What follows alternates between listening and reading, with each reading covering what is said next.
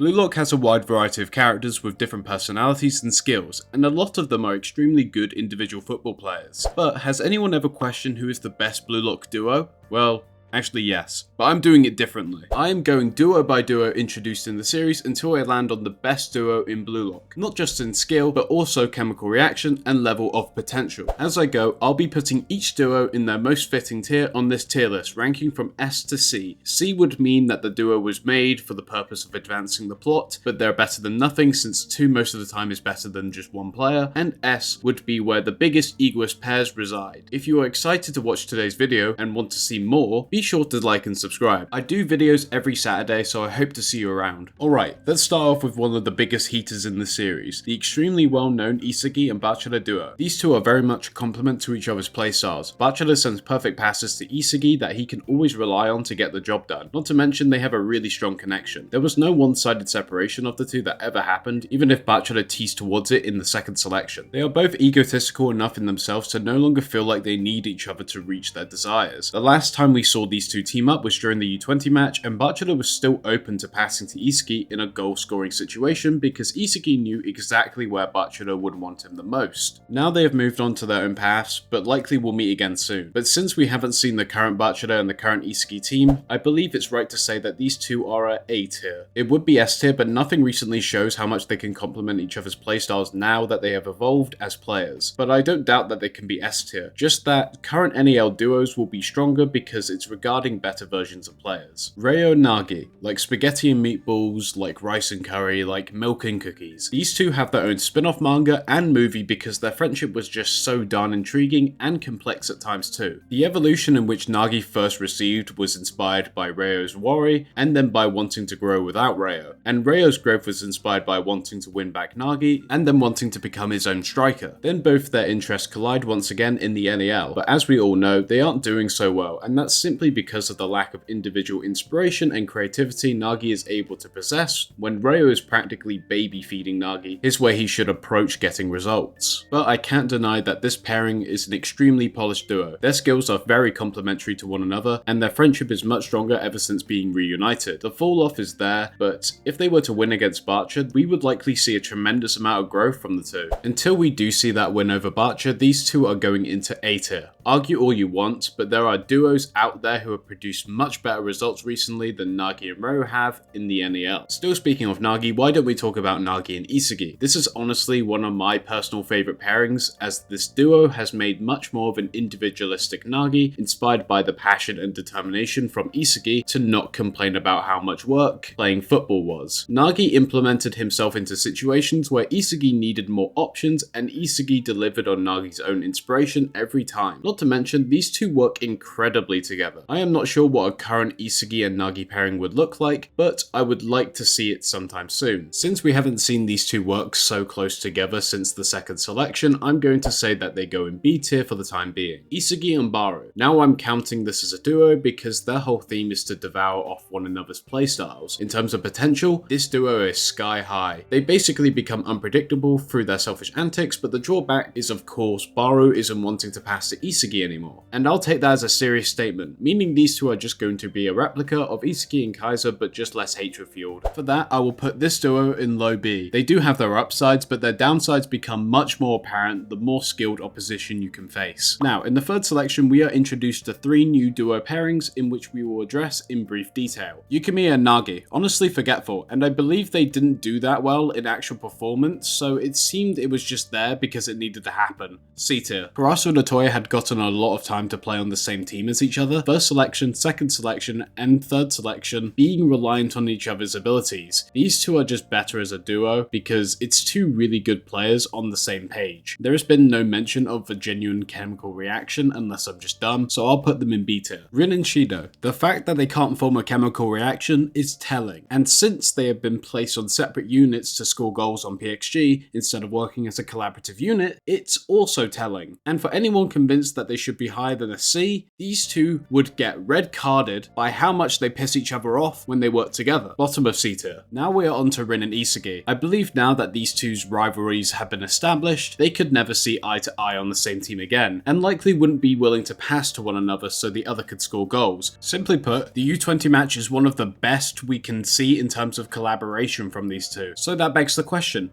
how good were they? I'm of the opinion that these two were extremely dismantling to another team. They closed the gap so effortlessly when trading passes and potential for growth that is just terrifying. And I believe it would be a disservice even with their much more individual drive to score to say that this pairing isn't high A tier. I mean, come on, it's the main character and the highest ranked character in Blue Lock. The other U20 match duo, which is more noteworthy to talk about, is Shidou and Sae. Now, let's be honest here. The clearance these two characters have is absurd, and you could say the man marking of Kunigami is proof that Shidou just sucks in a situation like this, but when one is a midfielder who actively will want to assist a striker compared to strikers pairing up, is all I need to say regarding these two's chemistry. Shidou's accolades are overrated, some may say, but you can't deny results. Sae's passes brought him into the flow when being attempted to be shut down by defenders of Blue Lock. This is just an S tier duo, and this is not up for debate at all, because if Shidou came on during the first half of the U20 match and stayed on for the entire game, U20 would have likely won with this insane pair's effort. It's to say that Sae is a better player than Charles in terms of midfield support, but why don't we talk about Shidou and Charles next? They scored one goal and have been pretty useless since due to Shidou being man-marked and Charles pretending he doesn't care, cares again, and has done nothing meaningful since. This is just another case of a midfielder and striker pairing just being better than a double striker pairing. Charles has access to meta vision and is an extremely impulsive player with his passing style compared to a more experienced and optimized passes of Sae.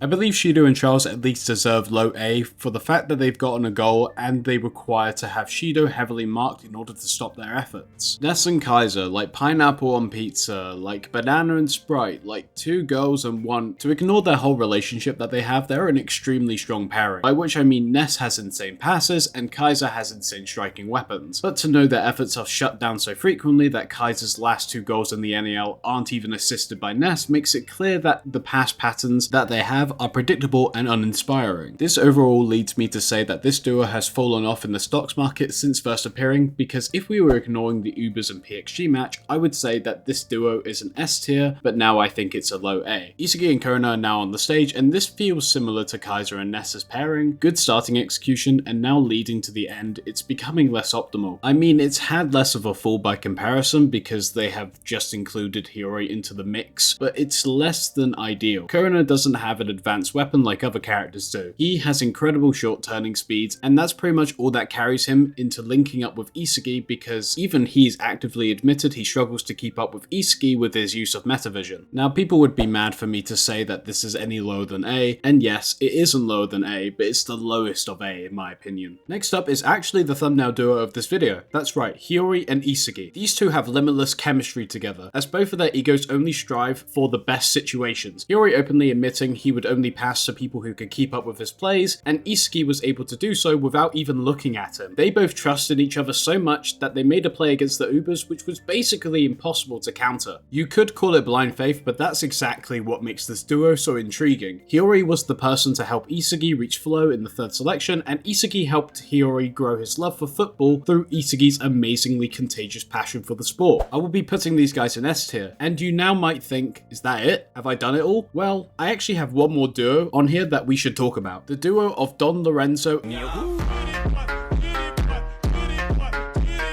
and Barou. Now, since I left these guys for last, you can probably see where I'm going with this. Barou and Lorenzo are the best Blue Lock duo, by far. Allow me to explain. Putting two extremely strong individual players on the same team would lead to one of two outcomes. One is competitiveness, where they will continuously test themselves to grow even further beyond their partner. This could be as effective as we see Isagi and Rin's collaboration, or as damaging as we see Rin and Shidou's pairing. Number two is coexistence, where teammates or small pairings will rely on on one another, trust in each other's abilities, where they are capable of maximizing potential in their plays, shown by Hiori and Isagi. So that begs the question, where does Lorenzo and Barou fall under? Well, they fall under the more coexistent side, but then you have to consider how strong these players are individually. Lorenzo is a stronger player when dribbling, and since he's not a striker, he is able to reliably supply Barou with the ball the majority of the time. This is because as a defender, he doesn't really want goals for himself, since he basically self-inserted himself in that position, so he can easily pick up balls from his defensive line when defending. And when Lorenzo makes that pass to Barou, Barou's strongest area, as we all know, is undoubtedly his striking weapon, where the use of Predator's Eye and his scoring weapons will reliably get him the goal a majority of the time. I would also say Barou is one of the purest strikers, believing in nothing else but his own goals as the way to victory. He has believed this philosophy since he was a child. Isagi took so long to understand this way of thinking, whilst this philosophy was embedded into Barou's mind before he began to even play actual football matches. Barou and Lorenzo's top performances are only enhanced by being able to work together as they have a reliable defensive and offensive result. Lorenzo being known as one of the best defenders in Blue Lock so far, and Barou being one of the best Blue Lock strikers. You can't say someone like Sae is a better defender than a new Gen 11 defender Lorenzo. Whilst yes, Sae's passes are so much better, which would likely lead to better chances at scoring for someone like Shidou, Barou makes his own chances higher by being the player that he is. And honestly, Barou is just a better striker than Shidou individually, which is not even a debate. The Ubers are literally forming a formation around Barou because they're trying to crown him as the next king of the Ubers. So I can confidently put these guys in S tier as the best duo in Blue Lock, and that is the tier list. Once again, this is all my opinion, so be respectful in the comments. Let me know what you think about this list, share your opinions, share your thoughts, and let me know if I missed out on any duos, and I will reply saying where I would put them on this tier list. I will be leaving a link to my Discord server in the description of this video, as well as a link to the tier list I made so you can share your own rankings within the Discord. Thank you all so much for watching, and until next time, peace.